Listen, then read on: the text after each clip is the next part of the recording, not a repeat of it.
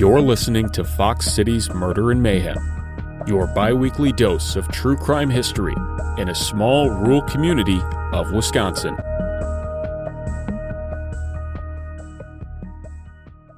Everybody, welcome back to another episode of Fox City's Murder and Mayhem. I'm Eric. I'm Gavin. And Gavin, we're back again. Yes. Gavin actually chose to do this podcast this week, so What do you got for us? Because it's got to be good. Well, so we've been kind of dancing around this one, but here it is. This is the Weyauwega train derailment. I was just going to say, wasn't that supposed to be the next one? So yeah, cool. And right up front, disclaimer: as listeners know, I've always made a point of not going more recent than 50 years. This is a big exception to that, and the reason for that is like nobody's murdered in this. I'm not really worried about like offending victims or worried about saying something about, accusing people of crimes. That really isn't going to be an issue in this one. So I feel confident that I can talk about something much more recent without getting somebody upset about it. Always very conscious of people and the fact that even after 20, 30, 40, even 50 years, sometimes people still have very strong feelings about things. This should not be an issue. Because there were no deaths involved with this? There are no deaths. Okay. Yes, there are no deaths. But despite that, I still think this is a good story. All right, well, take her away. I'm curious to hear this. Because I remember this happening, but that's about it. I don't remember anything else about it. So. Yeah, so to give away our ages to people, when this happened, I was 15 and you were 14. So we were definitely of an age where we were like aware of stuff. Mm-hmm. Yeah.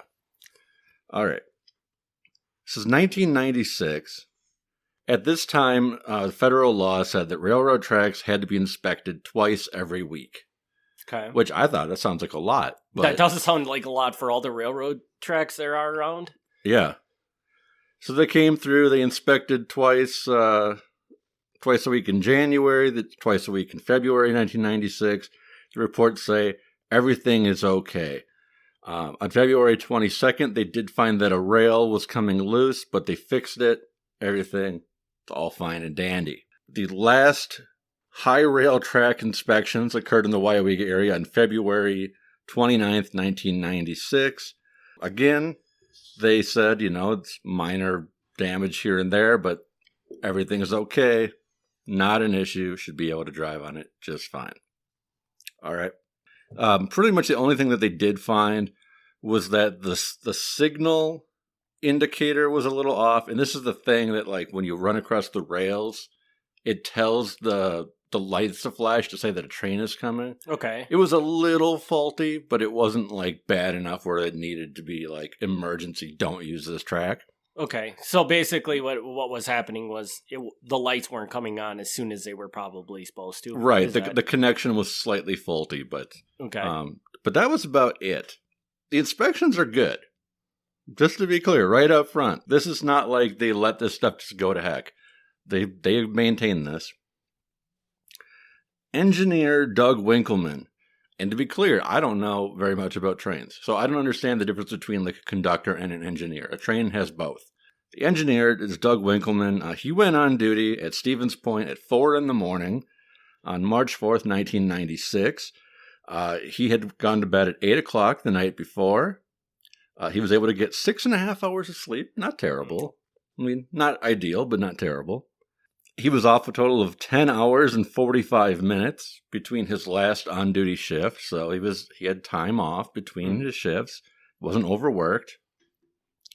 He said the other crew member that day was conductor Greg 14, and there really wasn't much discussion between the two that morning. They just had some small talk, said, I guess it's time to go to work. That was about it. They talked to Greg Verteen. Greg Verteen had a very similar story. He said, reported into Stevens Point at 4 a.m. I had enough time off the day before. I went to bed at about 8 o'clock, same as the other guy.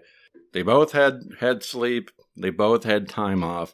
So nobody here is like working dead tired. Nobody here is overworked. The tracks are fine. So far, everything is good.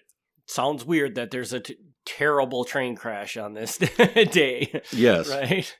Yes. Weather conditions were cloudy and dark, and the temperature was about 10 degrees, which not great, but this is early March, so not really out of the ordinary. Mm-hmm.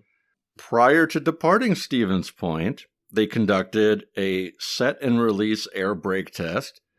The brakes worked just fine. Still, all good. This train consisted of 2 locomotive units, 68 loaded freight cars, 13 empty freight cars. 28 of the loaded freight cars contained hazardous materials. The lead locomotive unit was WC 6525, which doesn't really matter, and the trailing one was WC 3003. That doesn't matter. You guys can just ignore that. I was really into trains. Just ignore that.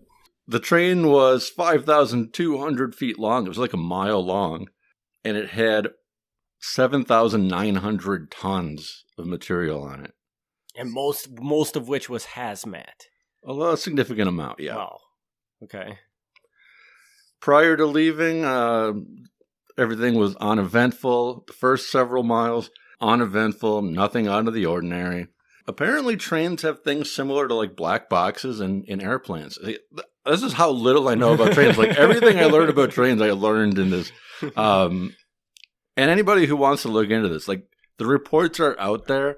The NTSB, the National, whatever it's called, Transportation Safety Board, they put all these reports online. There's hundreds of pages about this online. Mm-hmm. So people can check this out if they're really interested into the details, because they go into car by car, what the car's names and what they carry and all this. And I leave most of that out here because unless you're really into trains, a lot of the names and numbers don't mean anything. Mm-hmm. Anyway, but apparently train has a black box, and it recorded that just like they said, everything was going good. The train had been running at 48 miles per hour. Entering Weyauwega, they were going downhill, and everything was in idle, because when you're going downhill, you can run in idle. Mm-hmm. The emergency brake locked, according to the box, at 5:49 a.m. So this is when we know that the moment something went wrong. Okay. The first 16 cars made it through no issue. The 17th car derailed. Okay. And once one car derails, everything behind it is bad. So they go off. And I forget, did you say how many cars were on this train? 68? 68 loaded, 13 empty. Wow. So the first 17 were fine, and then after that, they all just went over. Yeah. Okay. The derailed cars included 7 cars of liquefied petroleum gas, Ooh. LPG, 7 tank cars of propane, 2 tank cars of sodium hydroxide, which, from my understanding, is basically like lye, like the chemical that goes into old-fashioned soap. Mm-hmm. The derailment ruptured 3 of the tank cars, spilling both LPG and propane, which immediately ignited. 7 of the cars containing LPG and propane were engulfed in fire after the derailment. The conductor cut the train after the first 9 cars and moved ahead 1.5 miles. So good move on his part. Mm-hmm. He's like, let's get the rest of this train out of here. Winkleman, the engineer, said that after they stopped, which was just east of a power switch, he tried to contact Central Dispatch by radio. He yelled, "Emergency, emergency, emergency." He said nobody answered, and it felt like an eternity. And then 1.5 minutes later, somebody finally responded. Which 1.5 minutes doesn't sound like a whole lot, but in this moment... Yeah. When you're going through this, you're like, where the hell are they? Yeah. Conductor Verteen remembered walking to a police officer and informing him of the hazardous materials that were burning. He said that he thought they stopped around County Road X, which, again, I'm not really familiar with the area, but if you know Weyauwega, that should mean something to you. A local person gave him a ride back into town, where he contacted some hazardous material people at the fire station and contacted the train's vice president and general manager to let him know there might be a problem. When the local fire crew arrived on the scene 5 minutes after the derailment, which that's pretty quick, good for them, Fireballs were exploding up to 300 feet in the air and were visible for 13 miles. Man, I kind of wish I could have seen this, because I bet you it would have been crazy. Yeah. Fire spread to a nearby feed mill and storage building that were both difficult to assess by the... difficult to access by the fire crew because the derailed train was blocking part of the way there. High-tension power lines were also torn down by the derailment, which caused a secondary issue, electrical fires.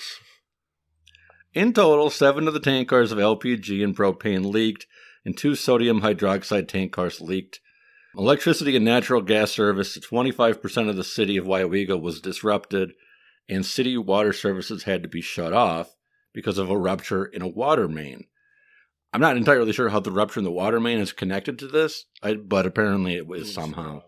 The assistant fire chief showed up. The actual fire chief was on vacation that week. So the assistant fire chief got stuck with this one. He quickly determined that the accident was beyond the scope of Weyauwega's fire department. So fire crews from 10 surrounding departments were called in to help with the recovery. Between 10 minutes and 1 hour, which is a pretty big gap, after the derailment, it became known to the firemen that the propane and the LPG were involved in the derailment. I'm not sure how there's like this 10-minute to an hour gap here, but somewhere in that time, somebody told them what was in the cars. 1 hour after the derailment, Wisconsin Central Railroad told the firefighters that they should probably stop putting out the fire because at 90 minutes, according to their best calculations, there was risk of further explosions. There was what was called BLEVE, B-L-E-V-E, which stands for Boiling Liquid Expanding Vapor Explosion. I had never heard this term before, yeah. But apparently it's a pretty standard term they use for train derailments. And this was that the cars that contained some of these materials, they're graded to be able to withstand heat for an hour. But after 90 minutes, what happens is the gas inside expands because it's being heated. Mm-hmm. And at 90 minutes, there's an extreme risk that they're just going to blow up. So basically, any cars that might have had this stuff in it and hadn't blown up at this point, they were at their time where they were probably going to blow up. Right. So up to this point, there's flames, there's fireballs, it's not a great situation to begin with. But now, between the hour and the 90-minute mark, the firemen are being made aware that, hey, all the cars that aren't actively losing their gas already are basically just pipe bombs. like if you're anywhere near this when it goes off, you're going to be hit with train car shrapnel. You probably want to stop. Wow. Yeah. So they did. They got out of there. A city then was evacuated because if they can't put out the fire, they're like, well, we better get people out of here. There's a really wide margin here, too, on how many people were evacuated. On the low end, it was 2,300 people. On the high end, it was 3,100 people. They don't know exactly how many people had to leave, somewhere in the 2,000 to 3,000 mark. Did you say how far? Because the actual derailment happened outside of town, right?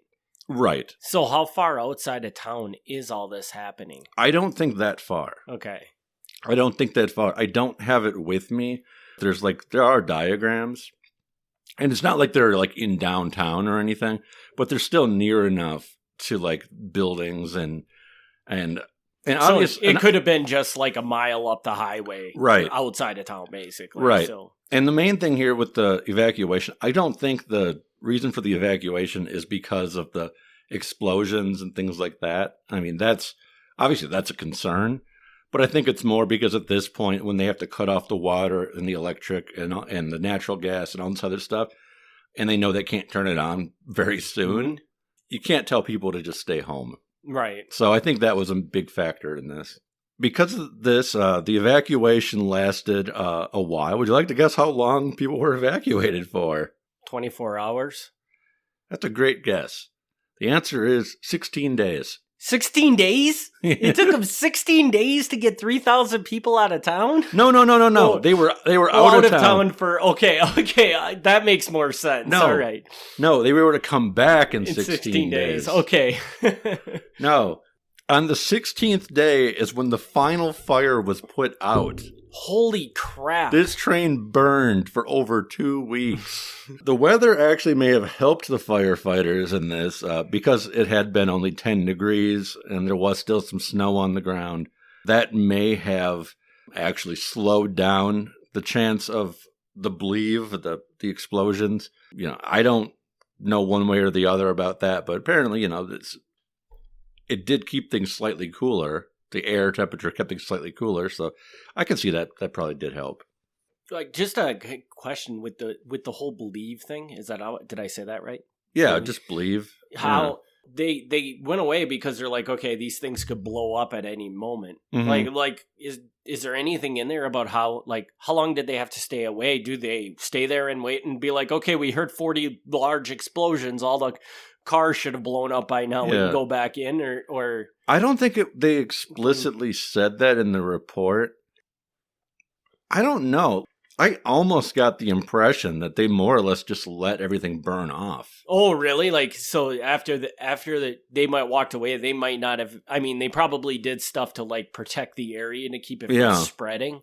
But then more or less it was just let it burn. And I could be wrong, but that's my understanding based on the reports.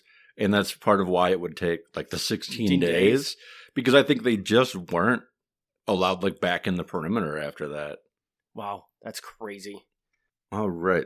Also on top of this, because of where it was, Highway 10 and Highway 110 were closed, along with other county roads within the perimeter. And anybody listening to this should know, if for some reason you don't live in Northeast Wisconsin, you won't know. Highway 10 is a fairly major highway. Mm-hmm. So having to reroute people from that, even if you don't live in Weyauwega, is a bit of an inconvenience. Mm-hmm. So it's affecting people even who don't live there. The Wisconsin governor declared the site a disaster area, and the National Guard was called in to help the city and its residents with the emergency. The Highway Patrol and County Sheriff's Department performed the perimeter security and roadblocks. Hazardous material units came from as far as Appleton, Oshkosh, and Weyauwega. Weyauwega's actually not that far. That's probably the closest one. But Appleton and Oshkosh are a bit of a drive. There were no reported injuries as a direct result of the derailment or hazardous material release. However, there were 3 evacuees that sustained minor injuries during the evacuation. Not sure what that means, if they tripped down their porch on the way out, but it wasn't directly related to the train. Ultimately, the NTSB determined that the cause of the accident was the switch point rail broke due to an undetected bolt hole crack that progressed from improper maintenance because the Wisconsin Central Management did not ensure that the 2 employees responsible for inspecting the track were properly trained. To translate that, they did these inspections twice a week, but according to the national people who oversee this, the 2 people who were doing the inspections, when they wrote everything okay, weren't actually knowledgeable enough to say that things were okay. Just out of curiosity, do you know this? What is it? The NSTP or whatever? The NTS, the National Transportation Safety Board. Okay, okay. Is this one of these organizations that's funded by the actual rail system? I don't know if they're funded by. I mean, they're an actual federal agency. I don't know. Okay, because this just sounds like one of those things where all the money that they make come from the actual rail system, so they just do things to protect the rail system, because obviously then if they don't have the rail system, they don't exist.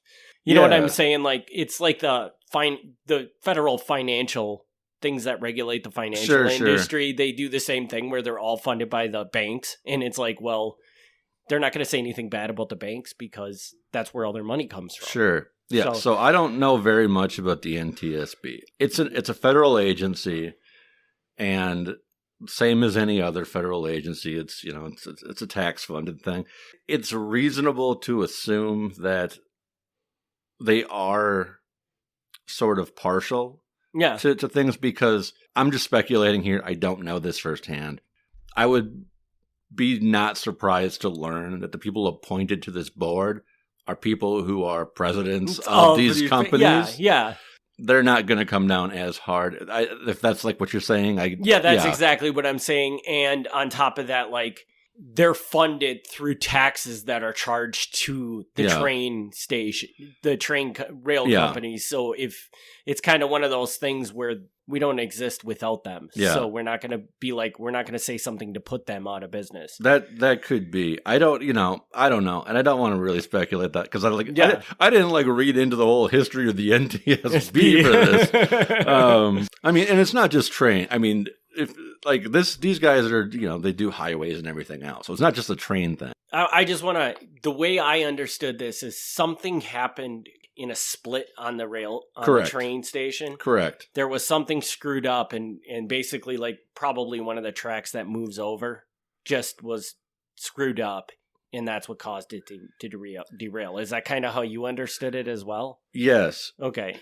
I was trying not to use technical words because, like, in looking this up, like, the reason that we're doing this now and didn't do it a week ago is because I had to translate some of this. Like, the part of the track where, like, one track becomes two or two tracks become one. Right. That is called a frog. Okay. I'd never heard that term before, but in the industry, it's called a frog. And where those parts come together as a V shape, that V-shaped part is called a heel block. Okay. And yeah, basically the bolt or whatever, the thing that's holding together where they're attached, that's the part that's broken. So where this train could have gone one direction or the other, it missed the mark and came off the track, is what happened. If the track had just been straight from this train was going from Stevens Point to Neenah. Mm-hmm. If it had just been a straight track all the way, probably no issues. But because it had to have this sliding little rail part in Weyauwega, something was cracked, didn't line up right, and it came off. So yeah, so like I'm reading through and they're like this, and this, and there are all these terms. I'm like, I don't know, and it's not like these are like hard terms. Like they're all new to me. Right, and you really don't. I mean, we've all seen train tracks, but you don't really understand how a train track really works. So it's hard to like read a document that's talking in very technical terms about it and figure out, okay, what are they talking about right here and stuff, so I can see how that would be. Yeah. I mean, it was much simpler after like I really started to understand what it was they were referring to. But at first read through, I'm like, I don't know what this is. And like the inspector's going through and they've got like these 20 things they're looking for. I'm like, I don't know what these 20 things are. So, and based on your description of it, it seems like this is something that should have been easily caught. Potentially. Yeah, but they did kind of word it where it had started to break. I don't know. The report indicates that it probably should have been caught, and I don't know. I mean, that's probably true. I want to believe that the report is true. Could also be like, hey, we got to blame somebody. Yeah. Let's say that the inspectors aren't trained very well. Like, I don't know. Because saying we had badly trained inspectors is better than saying our inspectors aren't doing what they were supposed to be doing. Yeah, so I really think it could have gone both ways here. Yeah, I don't know. And again, me not knowing enough about train operation, I don't know where like the weak link is in how this all operates. Anybody listening who's like really into trains is like, these idiots. But I'm sorry, like I don't. We fully acknowledge that we are idiots when it comes to trains. So. Yeah, trains is not something I know much. I know some people are passionate about trains. I live half a block from the tracks, and people will sit out there and take photos of the trains as they go by. I think it's weird, but some people are just really into it. Anyway, ultimately, 20% of the city structure suffered damage, but this was mostly caused by the broken water pipes, which again, I'm not entirely clear how that's connected to the train, but somehow the water pipes are broken. Significant damage was found in 25 homes, with one house completely destroyed. Wow. On March 20th, so it's a couple weeks after the fact, officials in charge of the evacuation disaster recovery declared the town safe for residents to return. The lead locomotive of the train involved in the accident was eventually renumbered It was WC 6525. It became WC 7525. I don't know why you would renumber it. Oh, I know why you would renumber it, because you don't want everybody to be like, that's the one that crashed in Weyauwega, But the fact that you know the new number, now, I mean, anybody that's into trains should know that, and it's being like, hey, that's the one that crashed into Weyauwega. Yes, but you can't do that because it's not currently on the tracks. It is now owned by the Illinois Railway Museum, and it is on display there. Okay. So if you want to see this train, you can go, not the train, but the locomotive. You can go to the Illinois Railway Museum. Why is railway so hard for me to say? I don't know. And where is that? I don't know. You don't know where it is? No. Oh, God, come on. You didn't even look that up? No. 9 individuals who were affected by the evacuation filed a class action lawsuit seeking punitive and treble damages against Wisconsin Central. By the end of the year, 13 additional families and 2 businesses joined the suit against the railroad. After everything was all said and done and settled, the railroad estimated that the costs from the derailment and the lawsuits total value of $28 million. Wow. I hope they had good insurance. Yeah, I hope so. Yeah, so so when this happened, I don't know if I was still a paperboy. If I was 15, I might not have still been a paperboy anymore. I was a paperboy, I can tell you that. Were you? Okay. Yeah. But I actually distinctly remember this photo being on the cover of the paper. And yeah, so that was like a big thing where, like, even though at that point I didn't really know where Weyauwega was, and it's not that far. Like from where we're sitting right now, it's like a half hour. Yeah. Like, and that's the weird thing too, is I think I would say the same thing. Like I knew Weyauwega was nearby, but had no idea where it was. Yeah. So yeah, I was like, oh, this is bad. But I'm like, I don't know where this is.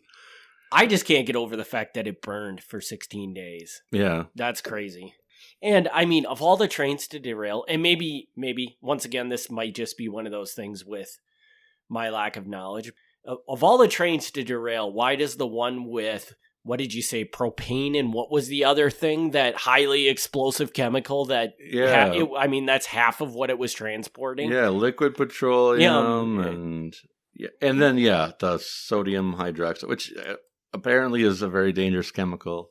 Yeah, I mean, but then again, I would also assume that kind of stuff commonly finds its way onto a train because it's probably the safest way to transport it, maybe? Yeah, I mean, I imagine it's probably not as uncommon as you think, because how are you going to transport it? Yeah, I mean, you can put it on a truck. You could put it on a truck, but you could only put one big tank on a truck. Yeah, that's true. Yeah. Interesting. Yeah. Well, at least we got a reason why it happened on this one. Yeah. I don't know if I'm going to fully 100% agree that reason is legit. I question the authenticness of it, I guess. I don't know. But at least we know why it happened. Yeah. So. Yeah. All right. Well, you got anything else for this one? No, I don't. Other than to say that in the last week or two, I don't know what's happened. I have found several more Fox Cities stories. So I've got like at least 4 more that are in various stages of doneness. Well, 4 that are at least that far. There's other ones that are still what I would call stubs. That may never actually be enough to be full stories. But at least 4 for sure. So I guess this podcast is going to be around for a little while yet. I don't know. It just won't die. All right. Well, with that, we'll wrap this episode up. We again thank everybody for tuning in, and we'll be back in 2 weeks, probably with a new episode. So we'll catch you then. Have a good one. Thanks. Thanks for tuning in to Fox Cities Murder and Mayhem. Join us in 2 weeks for another exciting episode of Murder and Mayhem.